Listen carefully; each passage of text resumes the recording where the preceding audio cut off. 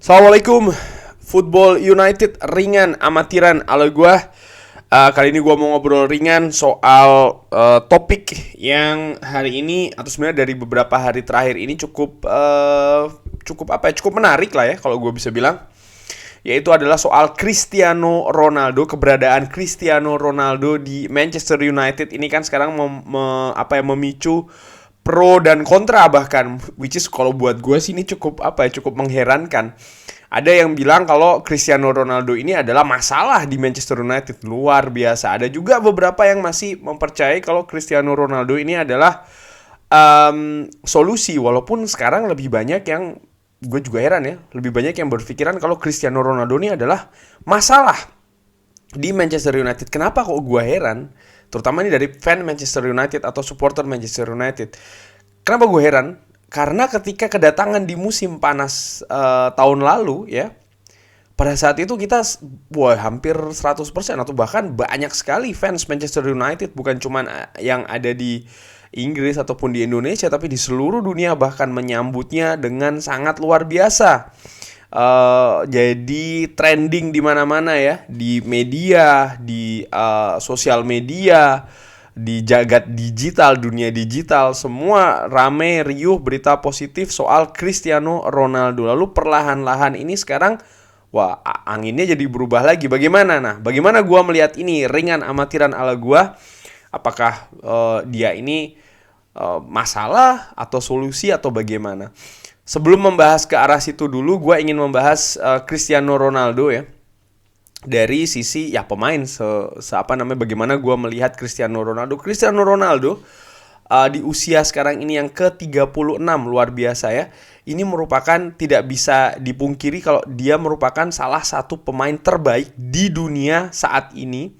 Apalagi untuk urusan penyerang. Torehan gol, skill permainannya, bagaimana dia mengangkat tim dan lain-lain, ini menjadi perdebatan betul-betul banyak pihak, apakah dia bahkan menjadi nomor 1, nomor 2, nomor 5. Yang jelas dia termasuk salah seorang striker top saat ini. Bahkan ada yang mengatakan kalau salah satu penyerang terbaik sepanjang masa ya di sepak bola itu sendiri.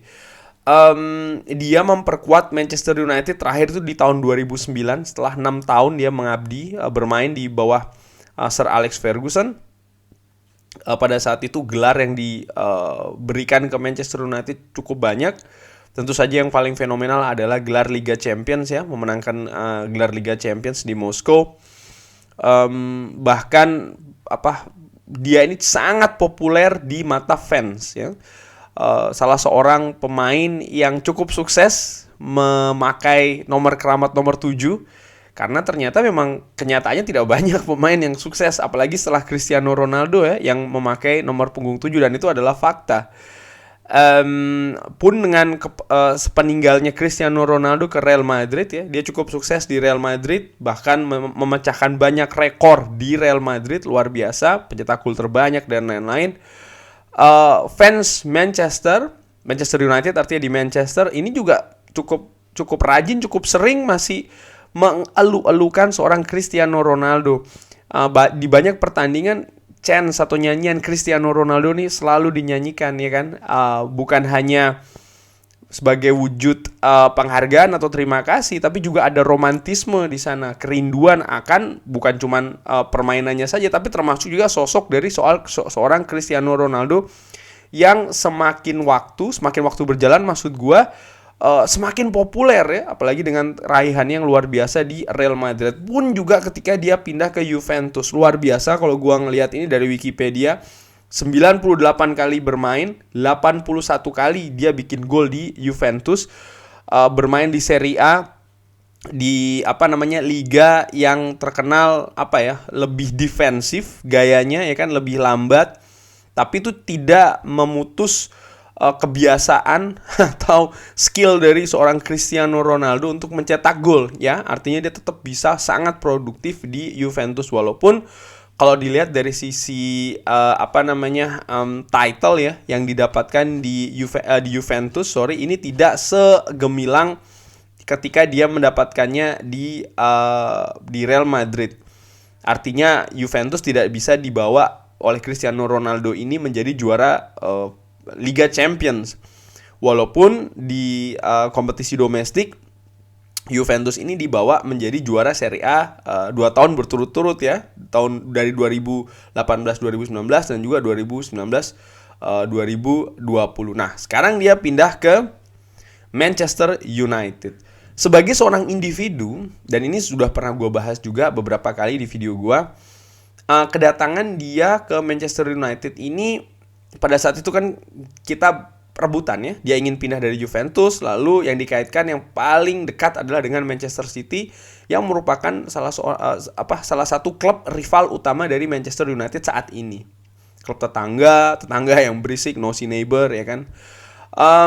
Dan kita sudah tahu bagaimana ceritanya, banyak sekali legenda Manchester United yang turun gunung, bukan hanya pada saat itu manajer Ole Gunnar Solskjaer, bahkan pemain seperti Rio Ferdinand, Patrice Evra, dan juga lain-lain ini juga turun gunung berusaha untuk mencegah kepergian Cristiano Ronaldo ke Manchester City. Bahkan legenda terbesar hidup dari Manchester United, Sir Alex Ferguson pun juga ikut turun gunung untuk mencegah transfer ini terjadi. Dan akhirnya memang benar, kita berhasil memenangkan perebutan Cristiano Ronaldo dengan Manchester City. Pada saat itu seperti gue bilang di awal ya, ini cukup riuh,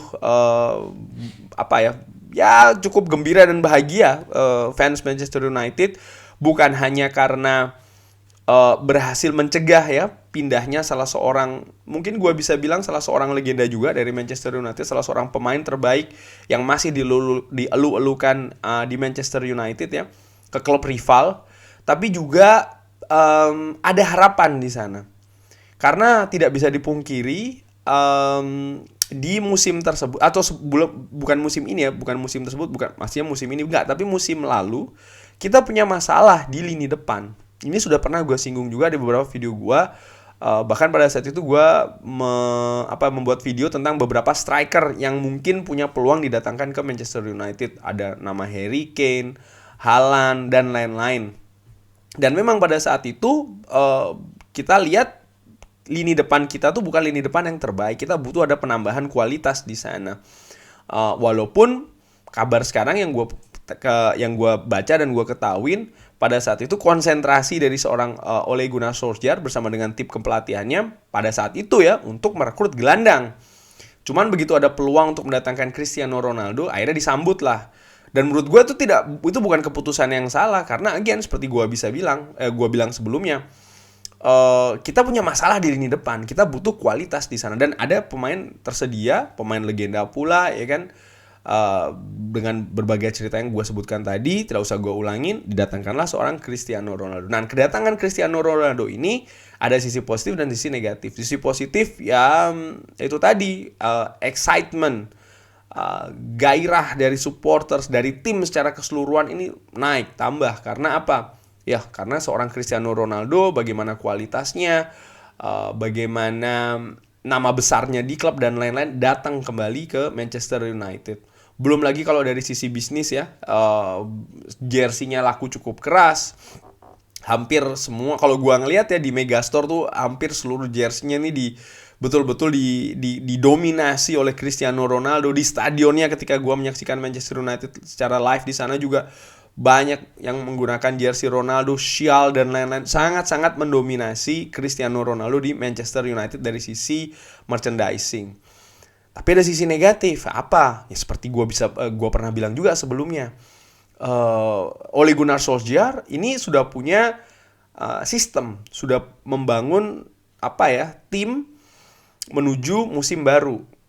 Bahkan ini diamini dalam tanda kutip dengan berita kalau sebenarnya pada saat itu dia ingin merekrut gelandang, ya kan? Ternyata yang datang striker. Jadi dia harus melakukan perubahan dalam waktu yang singkat karena Cristiano Ronaldo datang last minute. Apa yang terjadi? Yang terjadi adalah di saat-saat awal semuanya terlihat normal-normal saja, karena itu tadi, excitement, gairah masih cukup tinggi di Manchester United. Kalau ada yang bilang ya karena karena Manchester United terlalu mengandalkan pemain individu. Ya memang individu di Manchester United bagus ya. apakah itu terus menjadi alasan tidak harus dikurangi kemampuan individunya, tidak boleh mengandalkan individu-individu yang memang bagus di Manchester United? Ya gue tidak melihat ke arah situ. Permainan sistem, permainan kolektif itu juga didasari oleh permainan individu-individu pemain yang menjadi satu. Itu kalau gue melihat ya dengan amatiran. Nah, tapi yang jadi masalah adalah kehadiran sosok Cristiano Ronaldo ini menggeser beberapa pemain. Contohnya yang terlihat pada saat itu adalah seorang Jadon Sancho yang posisinya tadinya harusnya di sayap. Mungkin penyerangnya kalau gue baca-baca tuh adalah di plot seorang Marcus Rashford, ya kan, ataupun juga Anthony Martial. Tapi karena kedatangan Cristiano Ronaldo yang akhirnya mendapat posisi sebagai striker ujung tombak, maka Rashford, Martial digeser ke sayap, dan ini menjadikan Jadon Sancho korban. Kenapa Edison Cavani tidak masuk di di skema? Karena pada saat itu memang Edison Cavani lagi tidak tersedia ya, lagi cedera. Artinya harus ada pemain yang siap, dan pada saat itu Edison Cavani tidak meramaikan persaingan di lini depan. Oke, itulah yang terjadi di masanya Ole Gunnar Solskjaer, dan pemain-pemain yang lain juga harus beradaptasi dengan gaya permainan Cristiano Ronaldo. Cristiano Ronaldo pun juga harus beradaptasi dengan pemain yang lain, pun juga dengan sistemnya. Apa kesukaan mereka, bola seperti apa yang biasa mereka berikan kepada striker, pun juga Cristiano Ronaldo dia harus ke posisi yang mana, seperti apa.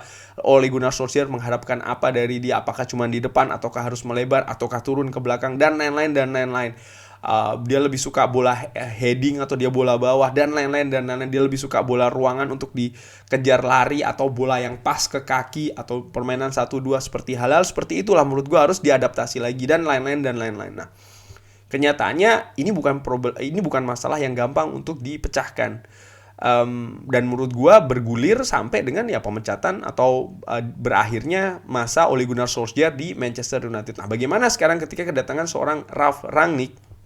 Ralf Rangnick di hari pertama menjadi manajer Manchester United di wawancara sudah langsung menekankan bahwasanya dia sudah dia impressed atau dia suka atau dia terkesima dengan Cristiano Ronaldo, pemain di usia 36 tahun tapi fisiknya sangat bagus, teknis kualitas juga iya. Banyak yang mengatakan kalau dia tidak suka tracking bola ke jauh ke bawah, tapi ternyata keadaannya dia juga cukup sering melakukannya, walaupun juga tidak seaktif mungkin pemain lain ya. Dia betul-betul melihat kesempatan yang bagus, karena menurut gua ya dia pemain depan ya kan. Tapi again, untuk melakukan pressing intinya bukan masalah bagi seorang Cristiano Ronaldo. Nah, di sini gua sih melihat ketika Rangnick ini datang, dia ini merubah sistem yang sudah ada di Ole Gunnar Solskjaer. Dari formasi lah kita lihat dari 4-2-3-1 dirubah menjadi 4-3-2. Ada gaya permainan yang berbeda di sana. Dan ini membutuhkan adaptasi lagi. Adaptasi apakah hanya Cristiano Ronaldo saja? Tidak. Satu tim semuanya harus beradaptasi. Paling tidak dengan formasi yang baru dulu.